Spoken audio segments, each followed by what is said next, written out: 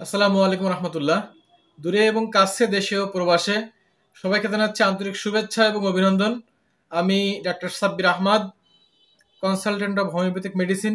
আমি বাংলাদেশ থেকে বলছি এবং আজকে আমি হোমিওপ্যাথিক একটি গুরুত্বপূর্ণ ডিজিজ, চর্মরোগ, স্কিন ডিজিজ নিয়ে কথা বলবো।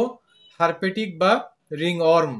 এই হারপেটিক এবং রিং অর্ম, যেটাকে বাংলায় দাউদ ঘা বলে, এই স্কিনের এই ইরাপশনটিতে যে হারপেটিক হয়, এই বিষয়গুলো নিয়ে আজকে কথা বলবো। সম্মানিত দর্শক মন্ডলী, শ্রোতা মন্ডলী এবং শিক্ষানবিশ চিকিৎসক বৃন্দ, সবাইকে আমার আন্তরিক শুভেচ্ছা এবং অভিনন্দন জানিয়ে আমি আলোচনা শুরু করছি। বর্তমান সময়ে যে পরিমাণ আহ, দাউদের রোগী বৃদ্ধি পাচ্ছে, তাতে করে এটি একটি এটি একটি অ্যালার্মিং ডিজিজে পরিণত হয়েছে। এবং এই যে অ্যালার্মিং ডিজিজ, এটি যদি আমরা চাপা দিই, সেক্ষেত্রে কখনো নার্ভে এফেক্ট করতে পারে। এবং এফেক্ট করে যেটা ঘটবে সেটি হচ্ছে তার যে অ্যাজমা বা হাঁপানি দেখা দিতে পারে, তার নার্ভে প্রবলেম হতে পারে, সে আদার্স প্রবলেম হতে পারে শরীরের মধ্যে। বর্তমান সময় দেখা যায় যে স্কিন ডিজিজগুলো বিভিন্ন ওয়েনমেন্ট দিয়ে চাপা দেওয়া হয়। তো এটি অবশ্যই ক্ষতির কারণ, অবশ্যই এটি ক্ষতির কারণ। তো আমরা আশা করব যে আমরা এই ক্ষতির কারণ যেন না হই এবং আমরা যেন ট্রিটমেন্ট করতে যাই এই কাজগুলো না করি। সম্মানিত দর্শক শ্রোতা মণ্ডলী, আমরা হোমিওপ্যাথিক মতে অনেকগুলো মেডিসিন দিয়ে এই ট্রিটমেন্ট আমরা ভালো করছি এবং রেকর্ড হয়ে যাচ্ছে ইনশাল্লাহ। অসংখ্য রেকর্ড রয়েছে, একটু সময় লাগে। আসলে স্কিন ডিজিজগুলো তো একদিনে হয় না, তো এগুলো সারতে সময় লাগবে।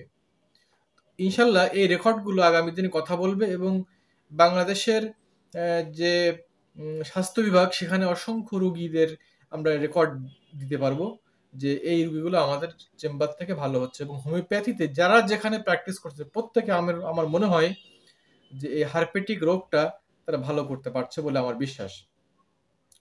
আসলে স্পেসিফিক কোনো মেডিসিন না, অসংখ্য মেডিসিন রয়েছে। তার মধ্যে যে মেডিসিনগুলো বেশি কাজ করছে, আমি রেজাল্ট পাচ্ছি, সেই রেজাল্টের আলোকে কথাগুলো বলবো। সম্মানিত শ্রোতা মণ্ডলী, যারা আমার দর্শক মণ্ডলী আছেন, তাদেরকে বলবো আপনাদেরকে অসংখ্য ধন্যবাদ, আপনারা আমার পাশে আছেন।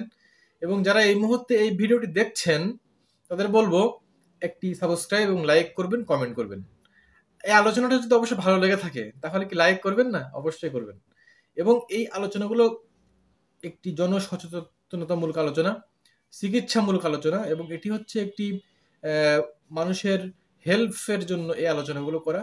সো এই ভিডিওগুলো শেয়ার করে দিবেন, বেশি বেশি শেয়ার করবেন, তাহলে মানুষের কাছে বেশি বেশি ইনফরমেশন যাবে। আমাদের এই বিভিন্ন এলাকায় যারা আছেন, রেজিস্টার্ড চিকিৎসক আছেন, রেজিস্টার্ড চিকিৎসকের পরামর্শ নেবেন। এই আলোচনাটি শুনে একটু জাস্ট বেসিক ধারণা হবে আপনার, কিন্তু এই আলোকে মেডিসিন কিনে কেউ খাবেন না। আগে দেখতে হবে যে ফাইন্ডিংস করতে হবে, ডায়াগনোসিস করতে হবে রোগটা কি। আমি বলছি হারপেটিক, স্কিন ইরাপশন হারপেটিক, এই বিষয় নিয়ে আমি কথা বলছি, দাউদ ঘা নিয়ে কথা বলছি। এই দাউদ ঘা স্কিনে হয় এবং এটি ছড়িয়ে পড়ে রাউন্ড শেপ, মানে এই আংটির মতো হয় এবং পয়সার মতো হয়। আস্তে আস্তে এটি ছড়িয়ে পড়ে, স্প্রেডটা বেশি হয়ে যায়। এবং আরেকটা অ্যালার্মিং কথা হচ্ছে, এটি কিন্তু একটা সস রোগ। কারোর সংস্পর্শে যদি যাওয়া হয় এবং তার যদি এই স্কিন ডিজিজ থাকে, তাহলে তার অবশ্যই এটি সে এফেক্ট হবে, নতুন যে তার পাশে যাবে সে এফেক্ট হবে। সো খুব সাবধান থাকতে হবে। হারপেটিক বা দাউদ ঘায়ে আক্রান্ত রোগীর জামা কাপড়, বেড, তার রুম শেয়ার করা যাবে না। আরেকটি বিষয় হচ্ছে যে আমরা এই রুগীদেরকে কখনো অ্যালার্জেটিক খাওয়ার খেতে দিব না। টক, এরপরে মাংস, এগুলো পরিহার করতে হবে। আর যে বিষয়গুলো পরিহার করতে হবে সেটি হচ্ছে সবার সাথে সে মিশতে পারবে না, তার জামা কাপড়, তার এগুলো নিয়ে সে তার বেডগুলো আলাদা করতে হবে। এখন আসি যে আমরা কোন কোন মেডিসিনের মাধ্যমে এই ট্রিটমেন্ট করতে পারি। হারপেটিক রোগীদের অসংখ্য মেডিসিন আছে স্কিন ডিজিজের ক্ষেত্রে, সেক্ষেত্রে আমি দুইটা মেডিসিন নিয়ে কথা বলবো। একটি হচ্ছে আর্সেনিকাম অ্যালবাম 200। এই মেডিসিনটি প্রথমে 7 দিন খেতে দিতে হবে, এরপর কিছুদিন গ্যাপ রাখতে হবে।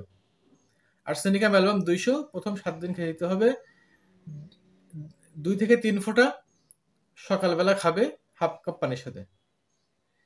এবং এই মেডিসিন 7 দিন খাওয়ার পরে আরও 7 দিন গ্যাপ দিতে হবে। তারপরে যে মেডিসিনটা আসবে সেটা আরেকটি চমৎকার মেডিসিন, সেটি হচ্ছে টেলুরিয়াম।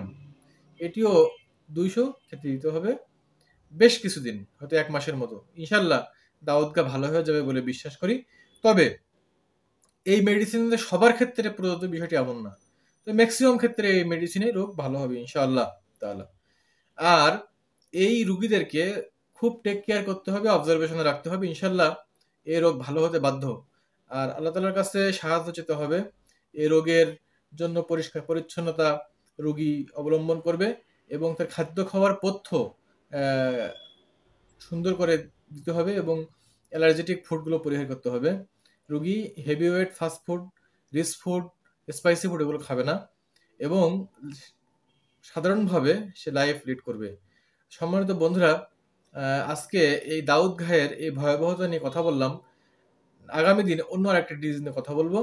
আমরা সবাই ভালো থাকি। দেখা হচ্ছে নেক্সট এপিসোডে। ধন্যবাদ সবাইকে।